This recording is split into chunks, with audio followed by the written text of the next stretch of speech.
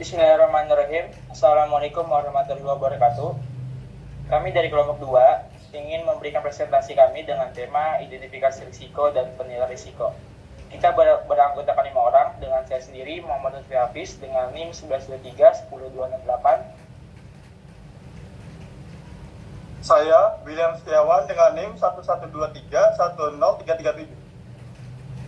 Saya Tri Afrika Chandra Kurniawan dengan NIM 1123-10317. Saya Tutut Mutera Putri dengan NIM 1123-10302. Saya Fitriana Fiantika dengan NIM 1123-10344. Baik, terima kasih. Untuk materi yang pertama akan dibawakan oleh Tri Afrika Chandra Kurniawan. Untuk waktu dan tempat saya persilakan. Oke. Baik, tentang definisi resiko. Resiko adalah kemungkinan terjadinya peristiwa atau kondisi yang tepat berdampak negatif terhadap pencapaian tujuan organisasi. Risiko bisa berawal dari berbagai sumber seperti operasional, finansial, strategis, dan eksternal. Pentingnya manajemen risiko mengidentifikasi potensi ancaman, mengantisipasi ancaman yang dapat mengganggu operasional dan tujuan. Yang kedua, mencegah atau mengurangi dampak negatif. Mengimplementasikan langkah-langkah untuk memitigasi risiko. Yang ketiga, meningkatkan pengambilan keputusan. Penyediaan informasi yang membantu dalam pengambilan keputusan yang lebih baik. Yang keempat, melindungi aset dan reputasi. Menjaga keberlanjutan operasional dan reputasi organisasi di mata publik dan pemangku kepentingan.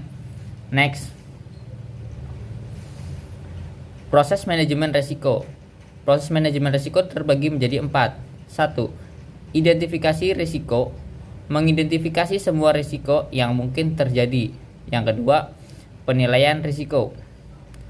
Menilai tingkat risiko berdasarkan probabilitas dan dampaknya. Yang ketiga, pengendali risiko. Pengembangan strategi untuk mengelola risiko. Yang keempat, pemantau dan tinjauan. Memantau risiko dan efektivitas pengendalian yang diterapkan. Selanjutnya akan dilanjutkan oleh teman saya Tutut Mutiara Putri. Selanjutnya ada definisi identifikasi resiko. Proses mengidentifikasi resiko yang dapat mempengaruhi pencapaian tujuan organisasi. Proses ini melibatkan pengumpulan informasi tentang potensi resiko dari berbagai sumber. Selanjutnya ada tujuan identifikasi resiko. Yang pertama, mengidentifikasi sumber resiko, yaitu menentukan dari mana resiko bisa berasal, baik dari internal maupun eksternal. Selanjutnya, menentukan resiko yang relevan. Menilai resiko mana yang dapat berdampak signifikan terhadap organisasi. Mempersiapkan langkah-langkah mitigasi. Merencanakan tindakan untuk mengurangi dampak atau kemungkinan terjadinya resiko. Selanjutnya, ada teknik identifikasi resiko. Yang pertama ada brainstorming, yaitu diskusi kelompok yang melibatkan berbagai pemangku kepentingan untuk mengidentifikasi resiko. Yang kedua ada analisis SWOT, yaitu menilai kekuatan, kelemahan, peluang, dan ancaman yang mungkin dihadapi suatu organisasi. Selanjutnya ada wawancara, yaitu mengumpulkan informasi dari pakar atau pemangku kepentingan melalui wawancara. Selanjutnya ada checklist, yaitu menggunakan daftar resiko yang telah diidentifikasi sebelumnya untuk memastikan tidak ada yang terlewat. Selanjutnya ada langkah-langkah identifikasi resiko. Yang pertama, mengidentifikasi sumber resiko. Bisa berasal dari sumber internal seperti proses bisnis, sumber daya manusia, dan teknologi. Ada juga sumber eksternal seperti lingkungan ekonomi, peraturan pemerintah, dan pasar. Yang kedua ada mengidentifikasi peristiwa resiko, seperti kejadian yang dapat menyebabkan dampak negatif seperti kegagalan sistem, bencana alam, dan penipuan. Yang ketiga, mencatat resiko yang teridentifikasi, seperti membuat daftar resiko yang lengkap dan mendokumentasikannya untuk referensi selanjutnya. Materi selanjutnya akan disampaikan oleh Mas William. Definisi penilaian risiko. Proses mengevaluasi risiko yang teridentifikasi untuk menentukan tingkatan berdasarkan probabilitas terjadinya atau dampaknya terhadap organisasi. Tujuan penilaian risiko, menentukan prioritas risiko, menyusun daftar risiko berdasarkan tingkatannya untuk pengelolaan lebih lanjut. 2. Mengidentifikasi risiko yang membutuhkan perhatian segera. Artinya, memfokuskan upaya mitigasi pada risiko yang memiliki dampak tinggi. Di sini metode penelitian risiko ada 2, yaitu kualitatif, menggunakan skala deskriptif untuk menilai risiko tinggi, sedang, dan rendah. Metode ini melibatkan penilaian subjektif berdasarkan pengalaman dan pengetahuan. Yang kedua, kuantitatif, menggunakan data numerik, statistik untuk mengukur risiko. Metode ini lebih objektif dan memungkinkan perhitungan yang lebih presisi. Kemudian langkah-langkah penilaian risiko dibagi ada 4. Ada 4 langkah. 1. Menentukan probabilitas risiko. Seberapa sering risiko dapat terjadi dalam periode waktu tertentu. Menggunakan data historis atau perkiraan untuk menilai probabilitas. 2. Menentukan dampak risiko.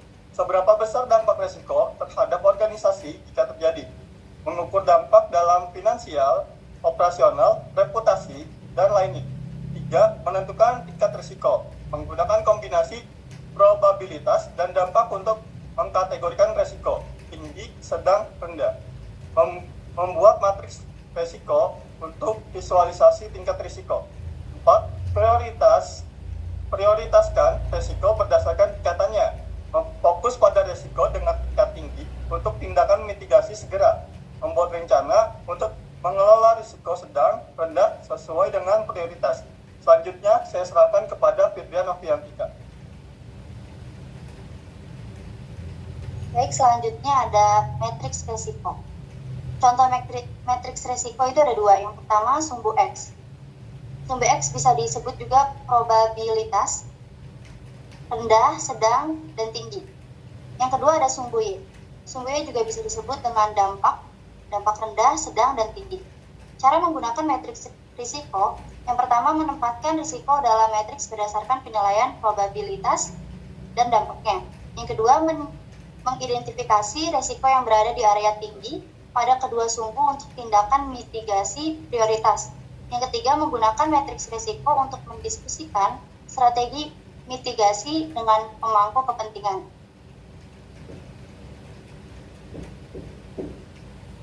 Selanjutnya ada studi kasus singkat. Yang pertama itu ada perusahaan teknologi menghadapi risiko kebocoran data akibat serangan siber. Jadi di sini tindakan pertama yang harus dilakukan identifikasi risiko yang terlibat, pertama kebocoran data pelanggan, kerugian finansial akibat denda dan hilangnya kepercayaan pelanggan, dan kerusakan reputasi perusahaan di pasar. Yang kedua, penilaian risiko pada kasus tersebut. Probabilitas tinggi, serangan siber sering terjadi di industri teknologi. Dampak tinggi, kerugian finansial dan reputasi sangat signifikan. Tingkat risiko tinggi memerlukan tindakan mitigasi segera.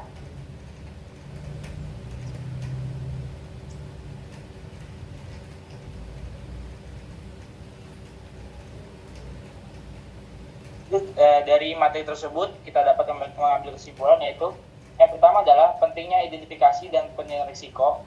Kedua, proses ini krusial dalam menjaga keberlanjutan dan stabilitas bisnis. Yang kedua, dari proses yang sistematis. Identifikasi dan penilaian risiko yang dilakukan secara sistematis membantu organisasi mengelola risiko dengan efektif.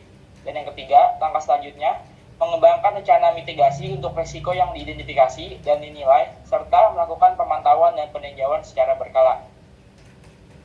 Mungkin itu saja yang bisa kami presentasikan. Jika ada kurangnya kami mohon maaf. Sekian dari kelompok 2. Terima kasih. Wassalamualaikum warahmatullahi wabarakatuh.